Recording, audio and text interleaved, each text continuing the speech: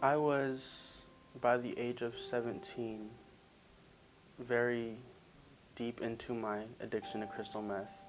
And in that, I had relied on committing crime in order to sort of make an ends meet, homeless here in San Francisco, in which I'd led to me being caught and arrested and detained for residential burglary.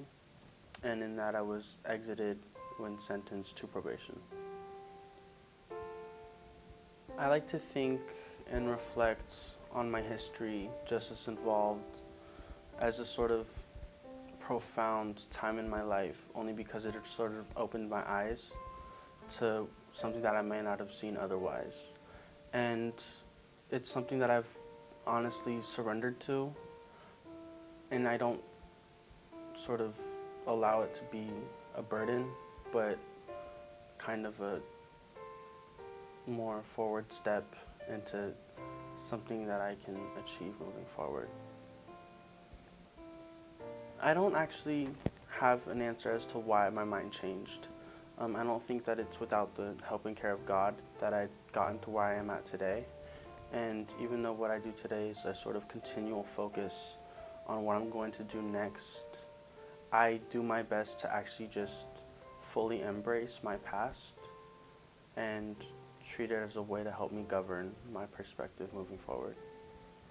So I'm born Catholic, born into the Catholic Church, confirmed Catholic, and I had fallen very deeply out of touch with my higher power when I fell into addiction. And it was sort of at the height of my most darkest path in addiction that I had no really other option but to look to God. And in that, I've kind of had my finding in God, especially because I think that my religious, any sort of religious perspective was prescribed by the church and by my parents. I never actually found my own approach and connection to God until I was left to myself to make that choice. So I studied fashion and design at the Academy of Art, and it's very interesting to me because there's so many, I guess, measurable aspects to art that I never thought were learnable. And it's sort of in this like academic construct to where it's, even though I'm learning a certain lesson or a certain teaching, it's provided me a thought process that in which I can actually create my own framework to make my own work. And so it's very, very optimistic for me. I aspire to go to graduate school. So right now I am studying fashion, and I'm hoping to actually, in grad school, study more something that's based on applied design, as in architecture or furniture.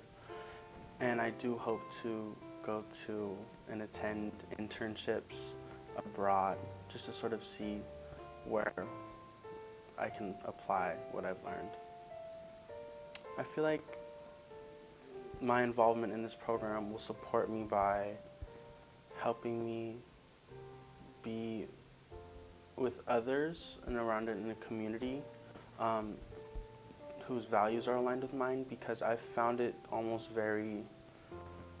somewhat disappointing that the demographic and the population that is affected by the judicial system sort of feels like held back from maybe obtaining a higher education.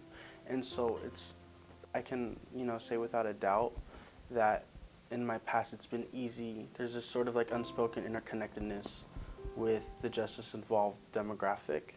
And what's kind of helped me sort of in like this niche group of individuals are people who can relate to me on that realm, but also have the like-minded interest as me in getting an education.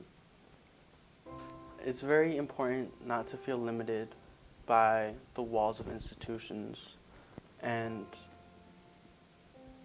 it's only in our beliefs and how far our faith will go that will sort of enable us to facilitate any sort of recovery or replacement from what we've lost being in the judicial system, and that it's really important to look forward in order to achieve things that we want for ourselves.